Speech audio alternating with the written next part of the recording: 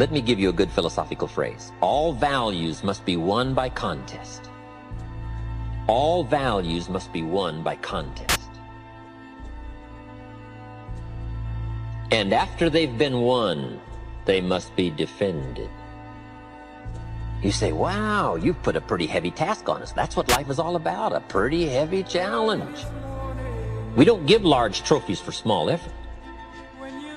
If you want to win high health, if you want to win high wealth, if you want to extend a long reach in touching people's lives, you got to engage in some of these extra powerful disciplines. And one is to secure the territory by vigor, and the other is to defend it with equal challenge. Attack.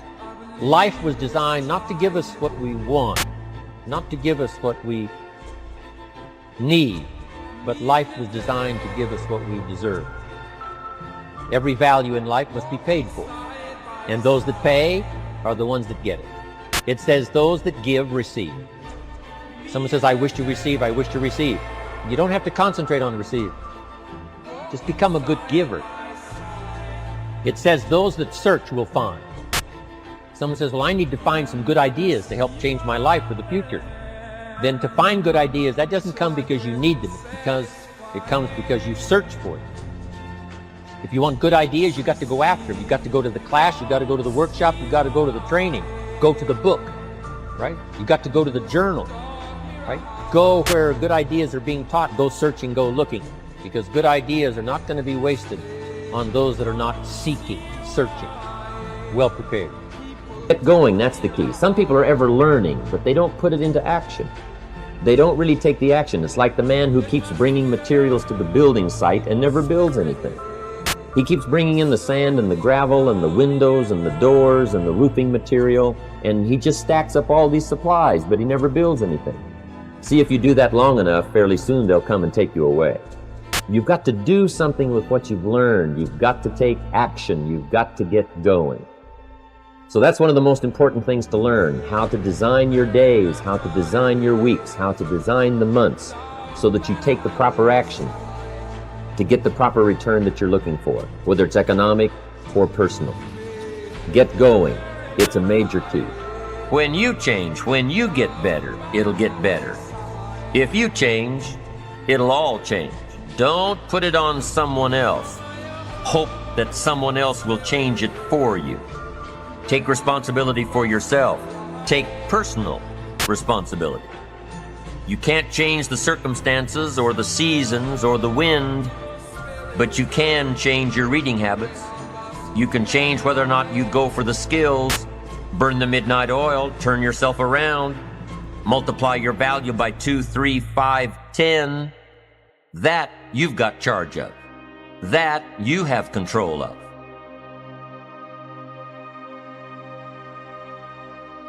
If you want your life to change, here's the source of it all.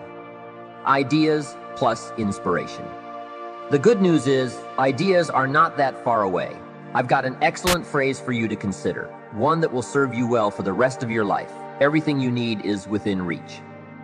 The ideas you need for life change or business change are within listening reach.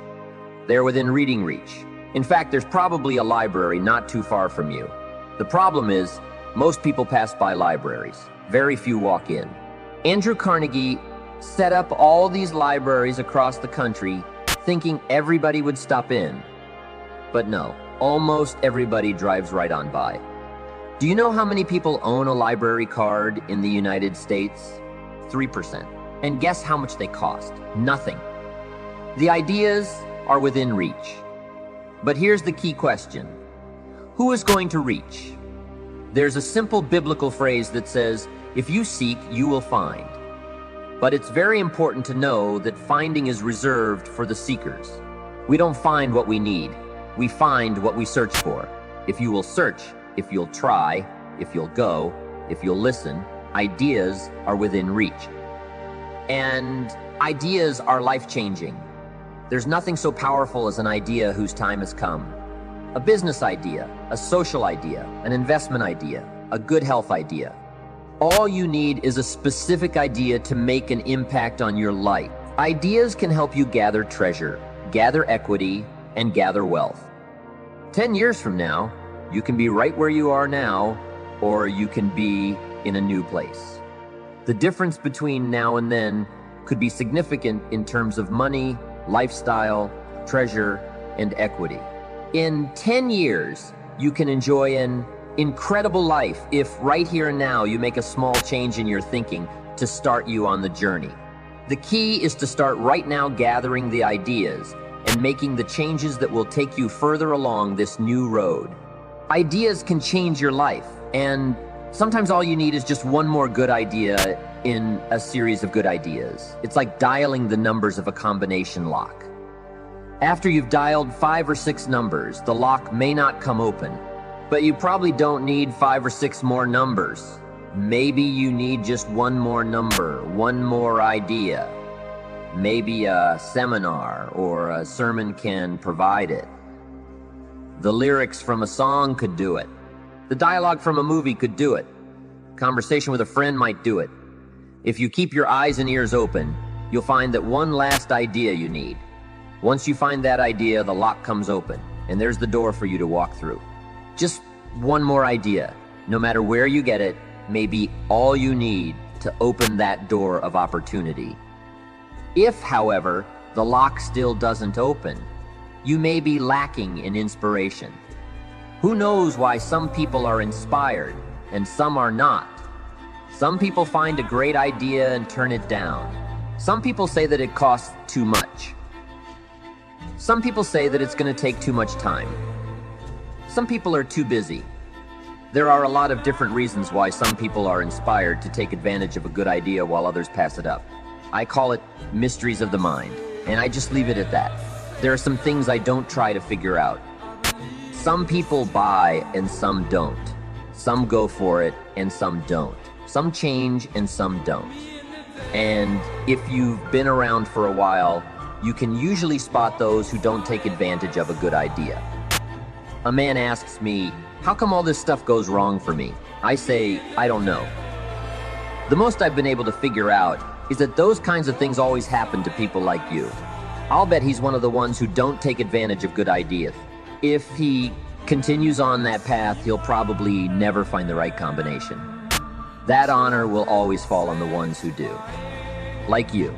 The consistent, disciplined, purposeful, constant search for knowledge. It's where the life-changing ideas are. Pursue knowledge with high expectations. Spend the money, time, and effort.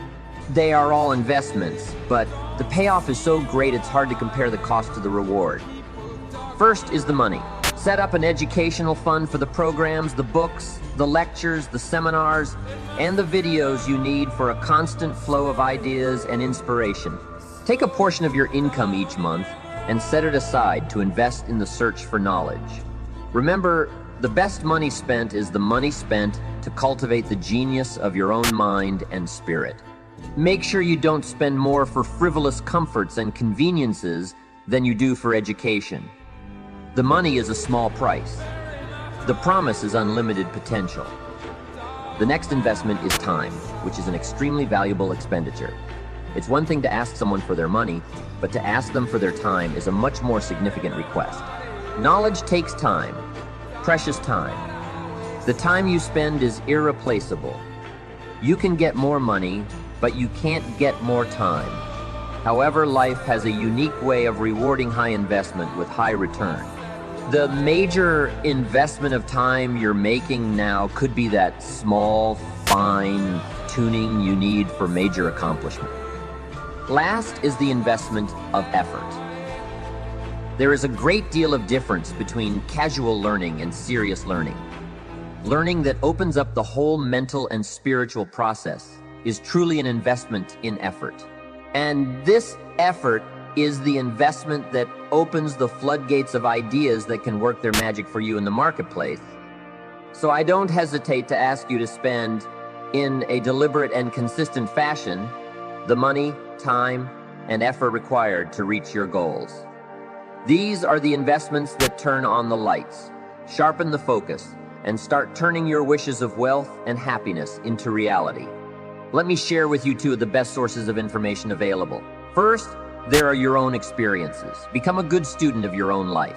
It's the information you are most familiar with and feel the strongest about, so make your own life one of your most important studies. In studying your own life, be sure to study the negative as well as the positive, your failures as well as your successes. Our so-called failures serve us well when they teach us valuable information. They're frequently better teachers than our successes. One of the ways we learn how to do something right is simply by doing it wrong. Doing it wrong is a great school for learning, but I would suggest that you not take too long doing this. If you've done something wrong for 10 years, I wouldn't suggest taking another 10. But what a close at hand and excellent way to learn. From your own experiences, when I met Mr. Schoaf, I had been working for 6 years. I started when I was 19, and when I met him, I was 25. He said to me, "Mr. Rohn, you have been working now for 6 years. How are you doing?" I said, "Not very well." He said, "I suggest you not do that anymore. 6 years is long enough to operate with the wrong plan." Next, he asked, "How much money have you saved in the last 6 years?" I said, "Not any." He said, "Who sold you on that plan 6 years ago?" What a fantastic question. Where did I get my current plan that wasn't working well? Everyone has bought someone's plan. The question is, whose plan have you bought? Those initial confrontations may be a little painful at first, especially if you have made as many errors as I have. But think of the progress you can make when you finally confront those errors by becoming a better student of your own life. The second way to learn is from other people's experiences. Remember, you can learn from other people, whether they have done things right or wrong. You can learn from the negative as well as the positive. The Bible is such a great book because it is a collection of human stories representing both sides of the ledger. Some human stories are called examples. Do what these people did. Other human stories are called warnings. Don't do what these people did. What a wealth of information. Knowing what to do and what not to do. If your story ever gets in somebody's book, make sure they use it as an example, not a warning. There are 3 ways to learn from other people. The first is to listen to the programs and read the books by and about people who have accomplished great things. All the successful people around the world I know and work with are good readers. They are driven to read because they just have to know. It is one of the things they all have in common. Here's an excellent phrase. All leaders are readers. Successful people also listen to audio programs, especially while they're in the car or during other times when they can't read. Programs can help all of us easily pick up new ideas and skills. Did you know there are programs and books on how to be stronger, more decisive, a better speaker, a more effective leader, have a better effect on other people, become more loving, develop a more winning personality, get rich, develop persuasive influence, become sophisticated? And people don't utilize these resources? How would you explain that? Did you know that hundreds of successful people have written their stories in books and told the world how they became successful? And most people don't want to read or listen to them. How would you explain that? They're busy, I guess. They say, if you worked where I work, you'd know that by the time I struggle home, it's late. I've got to have a bite to eat, watch a little TV, and go to bed. I can't stay up half the night and read. Imagine someone who is behind on his bills. He's a good worker and very sincere. Unfortunately, you can be sincere and work hard all your life and wind up broke, confused, and embarrassed. You've got to be better than a good worker. You've got to be a good reader and a good listener. You don't have to read or listen to educational programs half the night. Although if you're broke, it's a good place to start. All you need are just 30 minutes a day. That's all. Stretch it to an hour if you can, but set aside at least 30 minutes. Hear or read something challenging, something instructional, at least 30 minutes a day, every day. Miss a meal, but not your 30 minutes.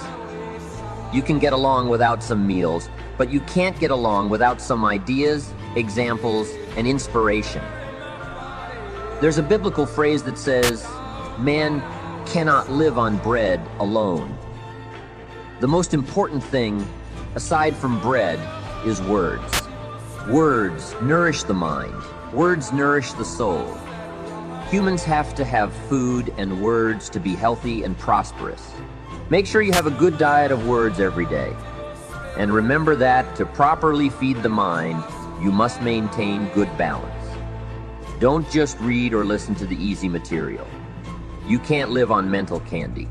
With good books and programs, you can tap into the treasure of ideas. And if somebody has a good excuse for not tapping into the treasure of ideas for at least 30 minutes every day, I'd like to hear it. You wouldn't believe some excuses I've heard.